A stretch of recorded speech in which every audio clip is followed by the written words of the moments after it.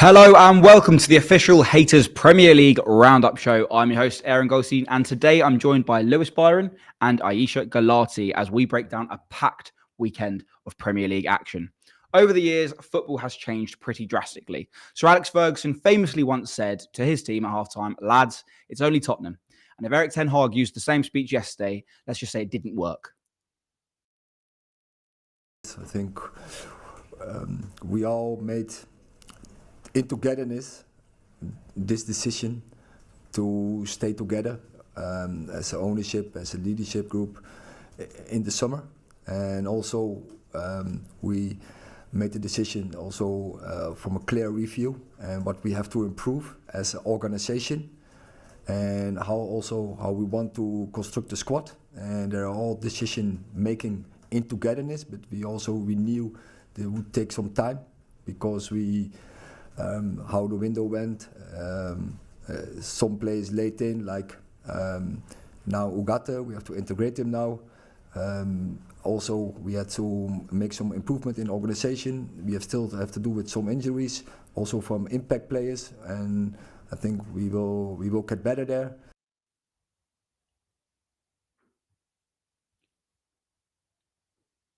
So obviously, Ayiasha, the question that Ten Hag was being asked there is whether he's worried about getting the sack. Question for you: how long has he got left?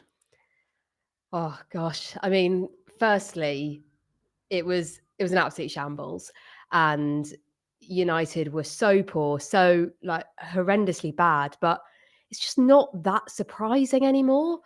It's 18 months since that 7-0 at Anfield.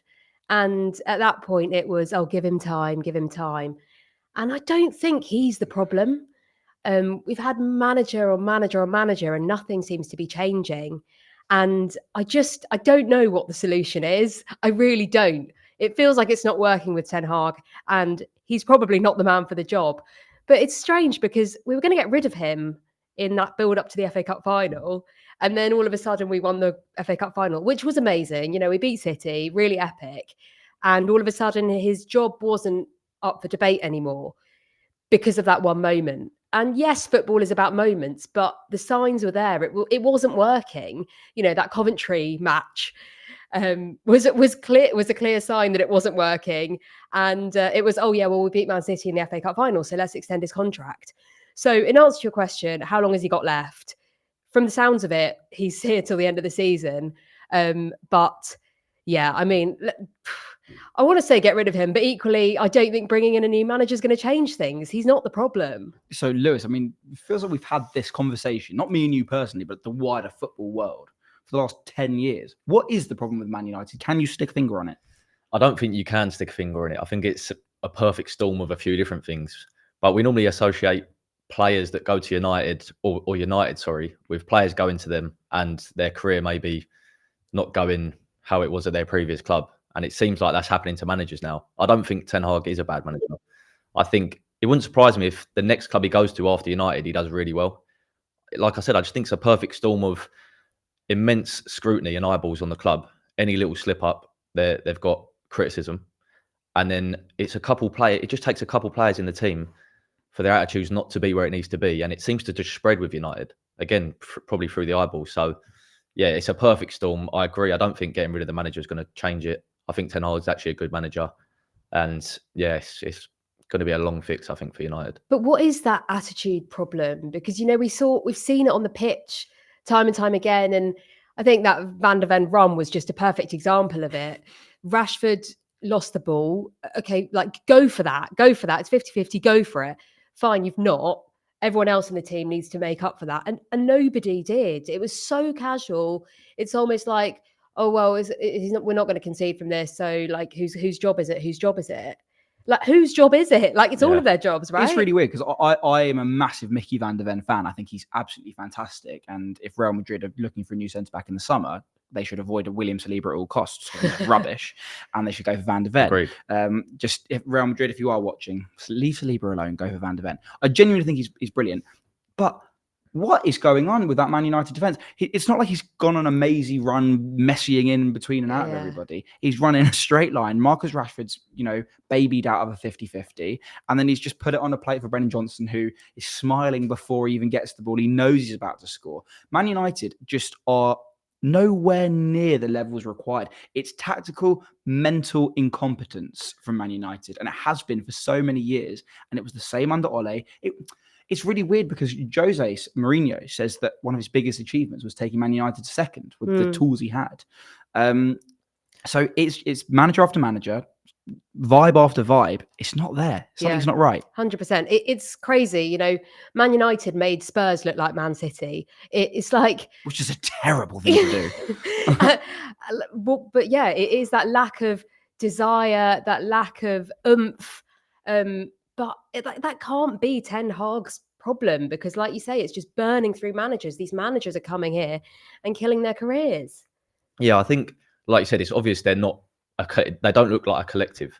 And where I mentioned previously about having the immense amount of eyeballs on them, it's almost like you mentioned earlier, they want to sort of stay in their positions. Okay, this is my area. If nothing comes through this way, I'm not going to get criticised. That's what it seems like. They're trying to all avoid it and just not go above and beyond to help the team as a collective. It feels like every week we're talking about a player, a manager, but more importantly, we're talking about a referee. And of course, there is another fantastic, comical, hilarious Premier League red card to discuss. Bruno Fernandes. Ayiasha, yes or no? Red or not? No red. He slipped. I don't think the contact is there. His studs are barely up. I think there's even a clip of Maddison sort of going to him like, oh, you got me, but it's not a red. And it's not a red. Like, God, yeah. I mean, it doesn't really matter in the grand scheme of it because the scoreline wouldn't have changed. Man United had showed nothing before that point, and I don't think it would have made a difference. But you never know. You scramble in a goal with the extra man, who knows? But Spurs already made it look like they were playing with an extra man before that point. So United were terrible from the first minute. They really were. But Lewis, can you explain? So referees come in, I believe, at the beginning of every season. You've been in a Premier League setup. The ref comes in and then they explain to you what's going to be red, what's not for the season. Yeah, so basically all the pros at the club will sit down in sort of a classroom. There'll be 2 or 3 of the Premier League refs that come in and they'll basically just explain any changes to the rules, any rules that have been added, any rules that have taken away, and just clarify them all to the players. They'll probably go over a few decisions last year that the players may not be happy with. Have a bit of a discussion of why they gave the decisions they gave and why they didn't give the decisions. And yeah, just make sure everyone's clear and on the same page going into the new season. I think they're really going to struggle to do that next season because the amount of nonsensical, incompetent decisions that they've made already, we're 6 games in and apparently they're delaying the automated VAR. It's very weird. I personally don't think it is a red card. Bruno's slipping, which again, the slip's not really the big issue there. It's the high boot, but his studs are down. He's tried to keep his studs down as well. Like Bruno's not a malicious player. It's his first ever a red card at Man United. I mean, people love to hate Bruno Fernandes, but it's not a red card. No. And I think the wider football community, as you could see, all Premier League fans are kind of congregating together against the refs. And it's just, and it's just a bigger problem for United now. Bruno will be missing Villa, Brentford, West Ham for those 3 games. And United are a problem, but in those problematic moments, it is often Bruno Fernandes who manages to conjure something up from somewhere and he will be missed. We can talk about how rubbish United were, but in reality, Tottenham were at their brilliant best. I'm convinced that you not think that's a statement when today, the way you play the scoreline, doing it at Old Trafford?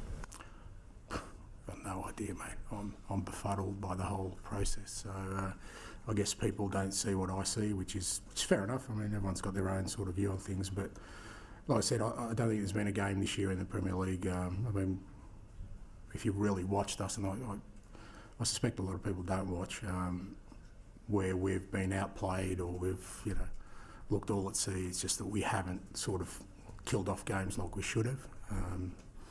Obviously, like I said, we've got Dom in the team now who's finding some fitness and form, and Brennan, but even guys like Matters now and Decky are really giving us some real edge in that front third. And but for us, nothing changes. We just got to keep doing what we're doing. We've still got a lot of improvement to do in many areas, but the good things about the group is they want to keep improving.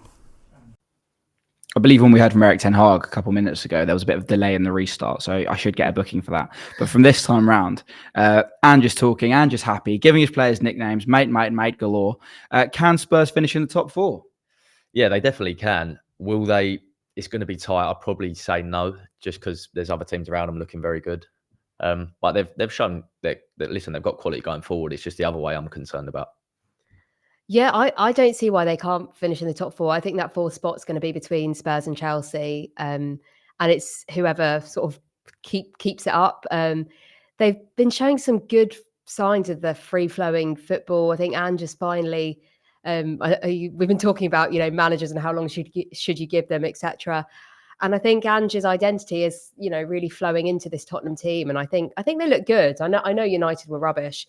But there were real signs there of like free-flowing attacks and finding the space and actually working with a really good team. Kulusevski, he's a man possessed this season. He was looking very good in pre-season. And he didn't start the first game of the season, which was a surprise to me because I bought him into my fantasy team thinking, oh, he's had a good pre-season. And just sort of moved him into midfield. Yeah. It was a Premier League record against Man United since records began. 9 chances created for Kulusevski against United. And he's got Brennan Johnson flying on his right-hand side, who since, having to delete his Instagram from all the abuse he was getting from Tottenham fans, again, another man that is just on fire. This Tottenham attack free-flowing football, is it going to work for them, or are they going to get, caught out defensively at some point when they're playing that high? Yeah, I think it's inevitable they're going to get caught out. They look really good going forward. They've obviously got loads of energy, loads of different attacking options. But I actually didn't think they were great against United defensively. I just thought United were really, really poor. They just showed what they've shown a lot of last season, a lot of this season already. The same thing. I don't think it was an outstanding performance. It's just been the same Tottenham against the worst, a bad and disjointed United team. Yeah, well, so Brennan Johnson, obviously, he took a hell of a lot of abuse after, I think it was the Arsenal game, the North London derby, and felt the need to delete his social media. Since then, it's 4 goals in 4, I believe. Something he's on terrific form. Do players take the abuse? Do they use it as fuel? How does it work inside a player's mind? I think, to be honest, every player is different. You say, I don't look at it, I'm not going to look at it. But if you have it on your phone, you're going to end up seeing different bits. Some players like to see it and use it as, like you said, use it as motivation, use it as fuel to drive them and get, achieve better performances. And some players just don't like to see it. I think maybe him deleting his socials could just free up you only have a certain amount of space, thinking space in your mind. So if he's freed that up and he's allowed that to all be football, that could be a reason why we're seeing, a good run of form from him. And Ayiasha, Dominic Solanke scores again. Terrific finish. One of the goals of the season. Do you think he is the missing piece, the Harry Kane replacement? I mean, I don't think I don't think anyone can replace Harry Kane, actually, or at least in that Spurs team. Harry Kane was always deemed maybe a bit too good for Spurs. So are they going to get a player of that caliber in again? I'm not sure.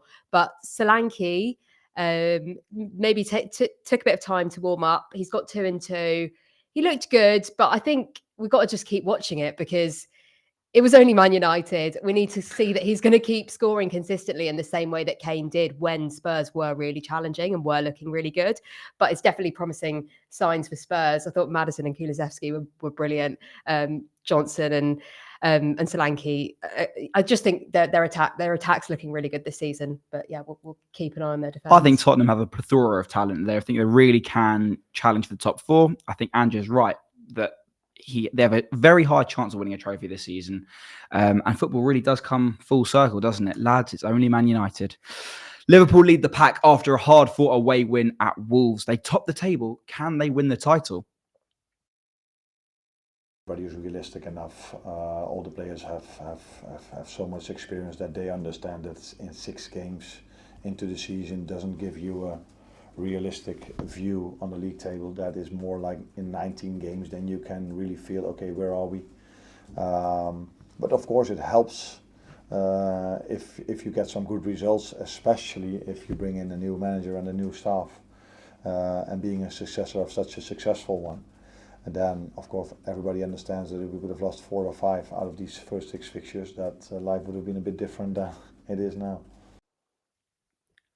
Yeah, no, I think, to be fair, I think Liverpool have got a good chance now after hearing that Rodri's out for the season. I do feel like that will drop Man City's performances.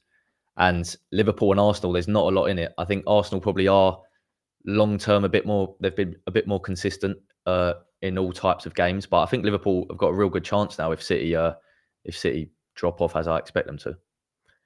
Yeah, I'm not sure. I don't think Liverpool will win the title. I mean, obviously, I don't want them to, but beyond that, I really don't think they will. I think Slot's still in a bit of a honeymoon period. He's had a good run. They lost to Forest. They've not had a huge amount of opposition in the top teams as of yet. I think they've got Arsenal and Chelsea coming up in the next few weeks. Those are going to be really decisive games in seeing how that top 4 ends up looking. But I don't mean they're going to win the title now. It was comical defending from Liverpool for Wolves to score. Serious Chuckle Brothers stuff. To me, to you, I have no idea what's going on. Is that a concern that's happened, or does this just happen in football, Lewis? I think when you're playing out, as most teams do now, you're always going to run the risk of losing the ball on the edge of your box. The more you do it, the more chance you've got of losing the ball. I just think, the top teams do it. The lesser teams try and copy it, maybe not with the players who are as comfortable in them areas. And if you're a centre mid receiving the ball on the box with your back to, facing your own goal, if you're not as comfortable as you need to be, you might make that pass half a second early, or take your touch half a second late, and that will be the difference between keeping the ball and losing the ball. And the top players won't do that. They'll feel comfortable. But shouldn't they start getting more comfortable? Well, yeah, they should, of course. Yeah, that's the idea. They obviously, as you do it more and more, you start to get more comfortable. But then that centre mid, who I wasn't sure who actually lost the ball, but he's now not going to want to be in that situation again. Really, it's going to be tough for him. I think the thing about Wolves, they needed a goal, right? And at the end, they're just playing it between their back line with sort of 2 minutes to go. Like, just what are you doing? Like, go and fight for a goal. I think you stick to your philosophy and your manager's philosophy as much as you can, but you have to take the context of the game into account. And if the context is you need a goal with 2 minutes to go, maybe you won't try and play out all the time, and you might go a bit more direct. I think Liverpool look very good this year. Mohamed Salah's now cemented his place, not that he hadn't already, as one of the Premier League's best. Only 5 players have scored and assisted more goals for one club than he has at Liverpool. He's out of contract at the end of the season. Do you think Liverpool should be offering him a new one, or is it, he's run his course at the club? I thought he's run his course almost the last 2 years, and he's proved me wrong every year. So no, they need to, if they can, they need to keep him. Yeah, he's class, really, isn't he? Manchester City dropped points for the second game in a row as Erling Haaland failed to score for the first time this season. I'm not sure how many times Pep has been asked about Rodri, but from his reactions, it's probably a fair few. To ask me all the time. So of course you're going to miss Rodri. Physicality is present, I know it, but it's not there. So I'm judging what Kovacic, Enrico, and Bernardo after, and the wingers with Jack and Johan, how we have played. It was exceptional. So it's simple. I know that if we were well, because it's not Rodri. I had to find a solution. We're going to find a solution. Look, he is a massive miss. He's one of the best players in the world. He could even win the Ballon d'Or, but City have a very good squad. Surely they've got the depth to go all the way. They do have a very, very good squad, but you're talking about the best player in that position, Rodri, and arguably the best player in the world, as you said. I think whoever you get in is going to be a drop-off to try and, if you want them to try and play that same role Rodri does. So, like I mentioned earlier, it wouldn't be a surprise to me if Man City's performances do drop off slightly. Their performances, they could still win games, but against the top teams, maybe not. Yeah, I don't know. I think he's a huge loss, obviously, but Man City have shown time and time again that their squad depth is just such that they can keep producing those results. Even, over the years, their identity is at the core of the team, and Pep has worked his magic to make sure that every single player is on the same page, and they can just slot in quite seamlessly. Not to the same caliber as Rodri, fair enough, but you've got Gundogan, you've got Kovacic, you've got really great players who know how to win. And I I think Man City will keep grinding out the results without Rodri. Yeah, I think I just go back to, I don't know if it was last season or the season before, where Rodri was missing for a month or two, around that length of time, and they did drop off, and then he come back and they sort of rescued it, as they always do. So yeah, I agree. They've got people, Rico Lewis, Kovacic, that can slot in and do that, but they will drop off. But a Man City drop off isn't exactly like that. It's not going to be a terrible team, No, is it? They're still absolutely fantastic, and obviously, I wish any player that gets an injury a speedy recovery. But if you're thinking about it from the Man City perspective, boo hoo! They've got so many good players that can fill that void. Gundogan as well. It's that they are. Of course, they're going to win the league this season. They do it every year. It's boring. 5 in a row is coming. They can do it with and without Rodri, and realistically, everybody knows it. The big talking point really should be Erling Haaland. Rubbish. Didn't score. What's he doing? Yeah, well, he's finished, isn't he? He's done. He can't even score. Yeah, I don't know. Ridiculous. Arsenal made life rather difficult for themselves, but overcame the pressure to beat Leicester at home. Considering Leicester aren't exactly one of the best teams in the league, should Arsenal fans be worried? Yeah, very worrying, and especially on that scenario that and with the performance that we produce.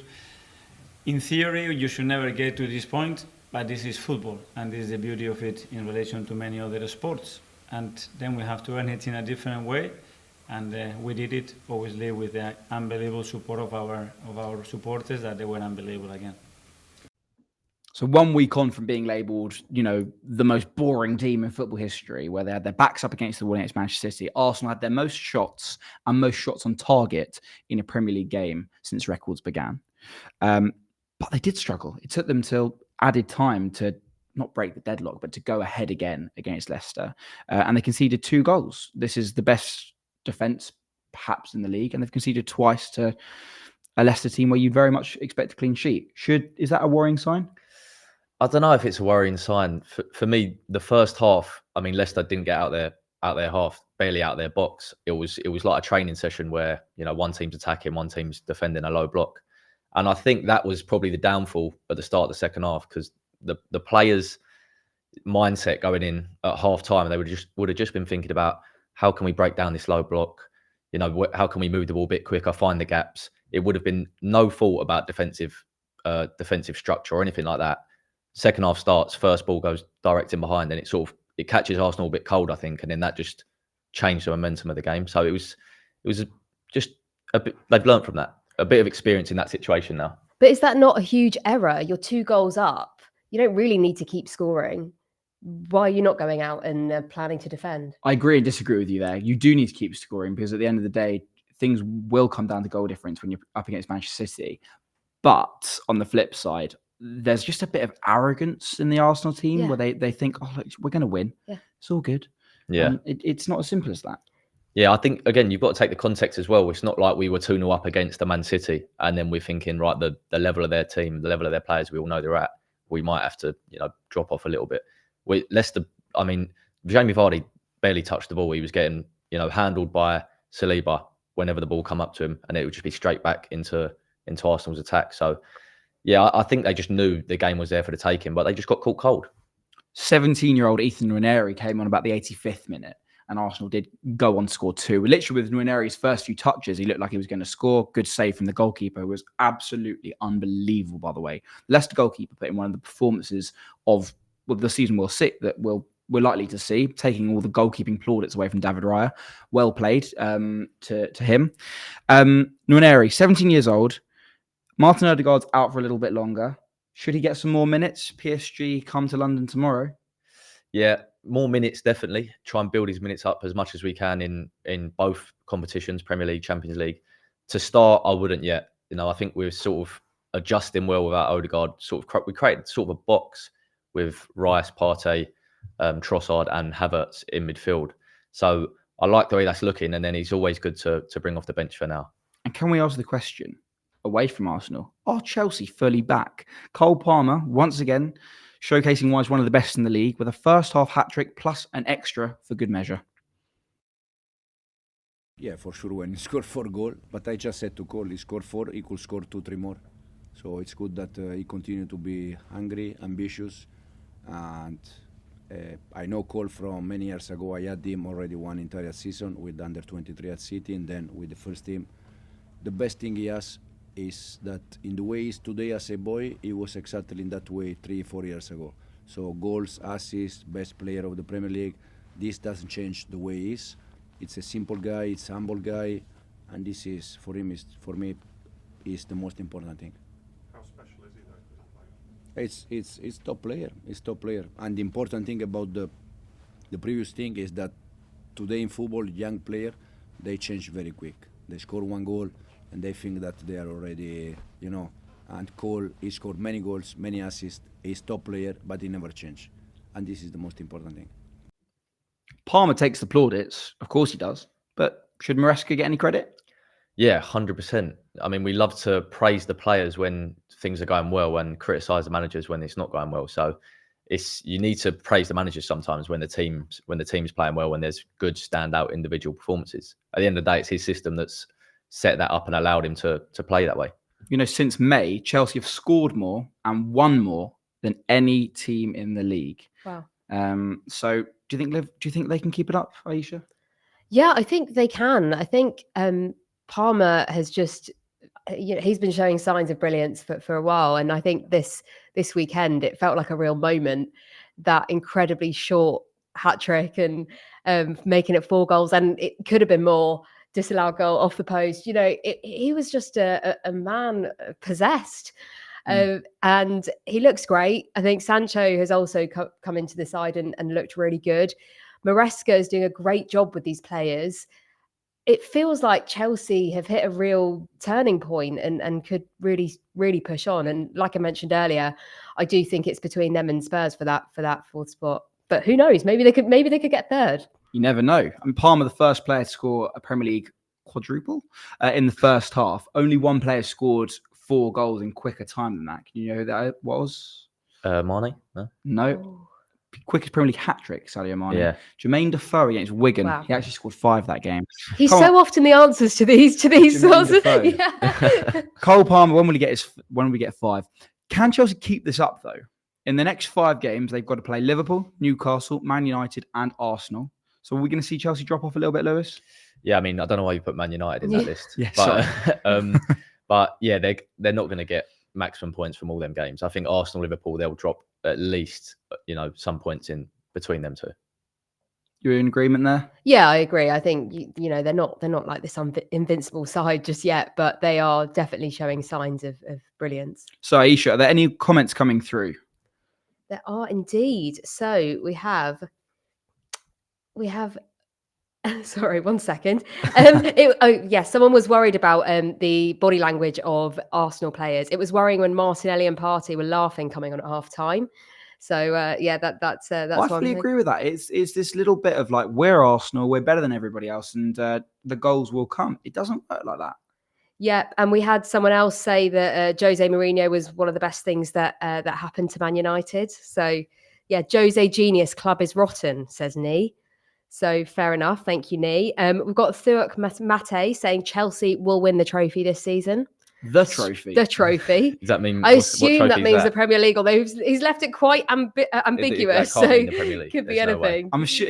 I'm hoping he means the Conference League, because surely they'll win that if they play their best team out there. Premier League, no way. Yeah, we've got Let Off Slugs who says United should assign Wenger.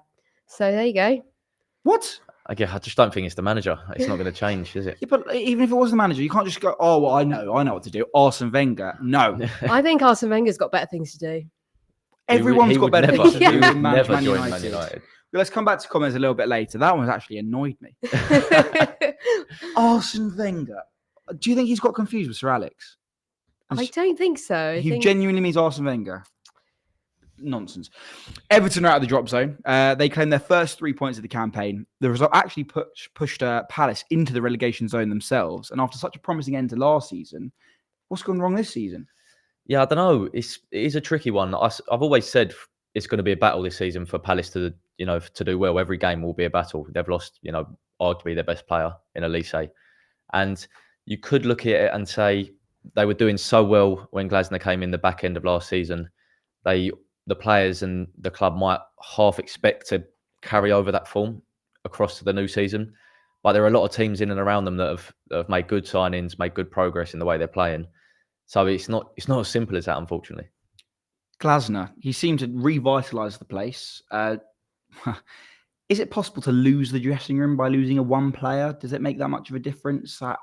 Something's not right. Yeah, first of all, I don't think he's lost the dressing room at all. But it's definitely possible to do that, especially, if the players holds a quite big value, or let's say a captain or someone who's a lot of the other players look up to. If he's maybe not having the manager, he can get in a few of the other players' ears, and then, it spreads very quickly, and he can bring other players with them. And that's when, a clique of 5-6 players don't like the manager. That's when the manager's respect's all gone. If you're a Palace fan, do you have any worry or concern about going down? It's definitely got to be on your mind for sure. I mean, they're in the relegation now, are they? They are for now. Yeah, so it's got to be on your mind for sure. Every game is just going to be a real battle and a real struggle. They're going to be in and around it, I think. Yeah. And Ayiasha, Everton play 3 of the teams in the bottom 6 beside themselves in their next 5 games. Is this where they're going to start picking up points? Well, they're going to need to stay up, right? So it was a great start to beat Palace at the weekend, but that was needed.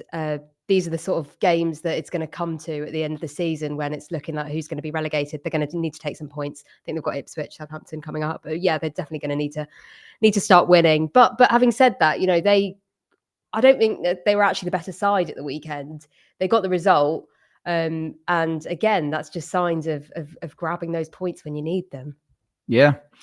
Aston Villa had to settle for a point at Portman Road after a Liam Delap double. We'll come on to Villa in just a second, but it has to be noted now, Ipswich are unbeaten since the opening 2 games where they played Liverpool and Man City. 4 draws in a row. The next 4 aren't too difficult.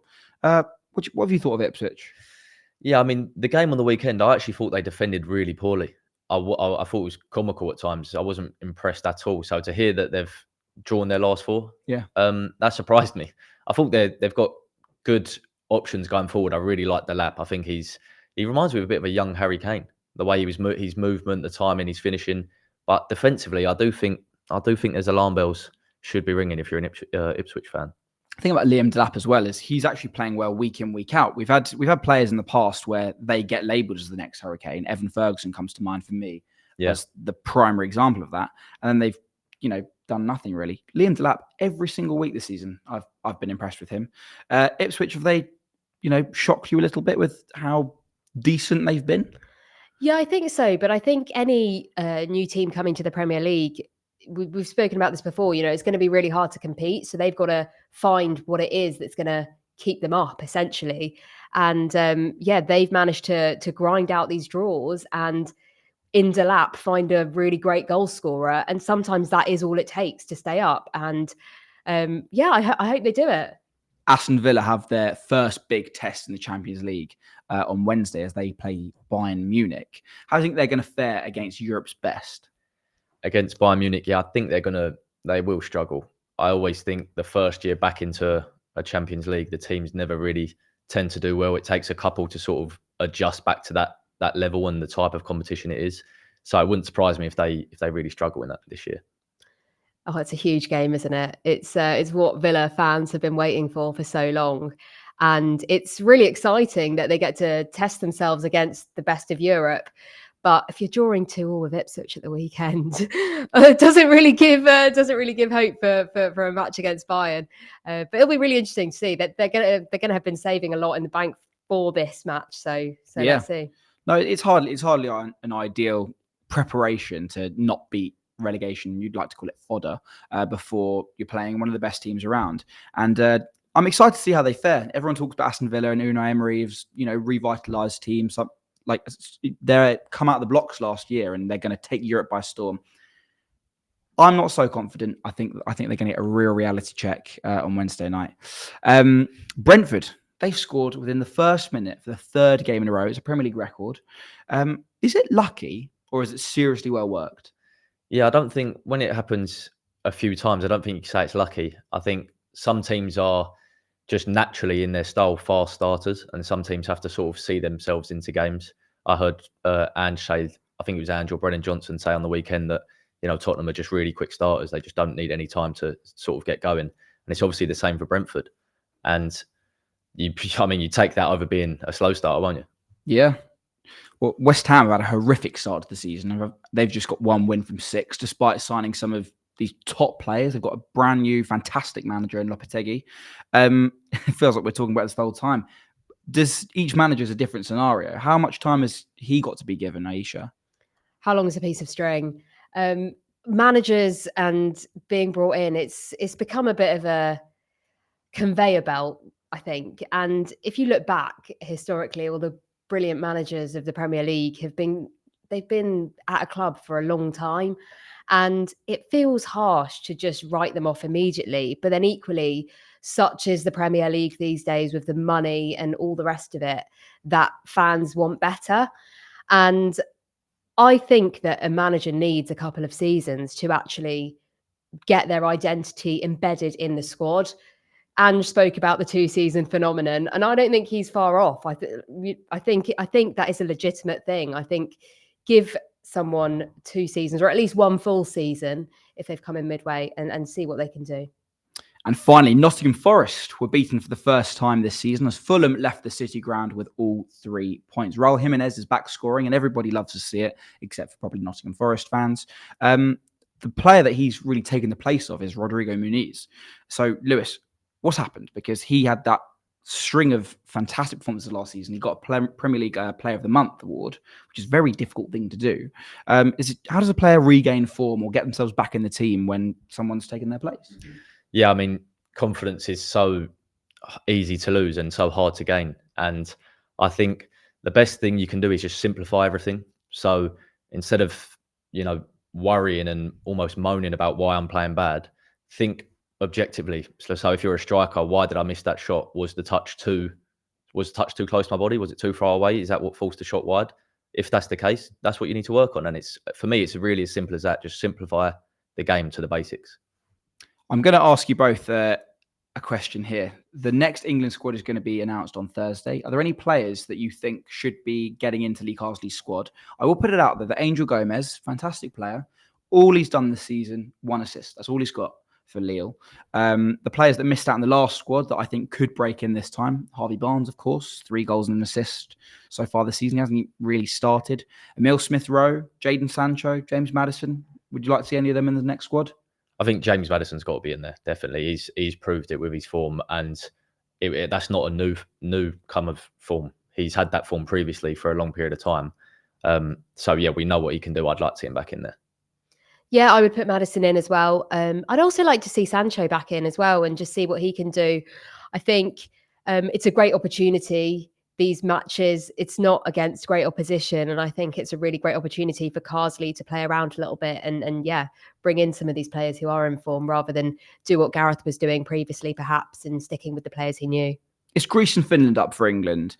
And the big talking point in the media with everyone is there's just so much football. There's too much. The second international break of the season's come way too quickly, which I have to remind everyone, this happens every year, the second international break. We get it about 7 games in.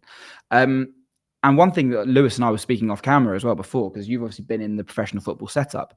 If you play in the EFL, you play Championship, League 1, League 2, you play 46 league games in the season plus cup runs. Are Premier League players being a little bit overprotective of themselves by saying there's too much football? I am being a little bit playing devil's advocate there because I do think it's a little bit much, but the question's got to be asked. Yeah, well, I definitely think there's too much football, not just for the Premier League players, for Championship, League 1, League 2, 100%. I was speaking at the start of the season about Declan Rice. I think he had 3 weeks off after a 12-month season, which is insane. And the only difference you could say from Premier League to the Championship and below is the level they're playing at. They're maybe pushing their bodies to the limit a bit more. So there's a bigger stress on their bodies. To me, it can also having too many games can kill the fun and demand of football. If you have a little period where there's no games a bit more often, then everyone will be a bit more excited when the games come about, especially the international ones. Yeah, there's a safety element to it as well, right? With protecting players. And for example, in the WSL, they have just announced that this Sunday's match, Chelsea versus Man United has been postponed because the Champions League draw has been done and Chelsea are playing the following Tuesday. So they deemed that too tight a turnaround. And in those instances, I think it's the right call because it's around player safety. It seems like a good opportunity as any to shout out Ayiasha's women's football content for Hayters, and for everybody to have a look at the Hayters Plus scheme, which is being advertised on the bottom of your screen now, ranging from 99p to £4.99 for seriously good access, unprecedented access to the behind the scenes of the Premier League's interviews, basically everything you'd really want if you're a big football fan. Before we wrap up, Ayiasha, are there any other comments that we should get round to? Yep. So we've had someone, SONS, suggesting put Maddison in and remove Foden from that England squad. Michelle Ellis has said way too many international breaks. It's ridiculous. We've had Kevin Lubain suggest that Cole Palmer wouldn't be as good as he is without the work of his teammates.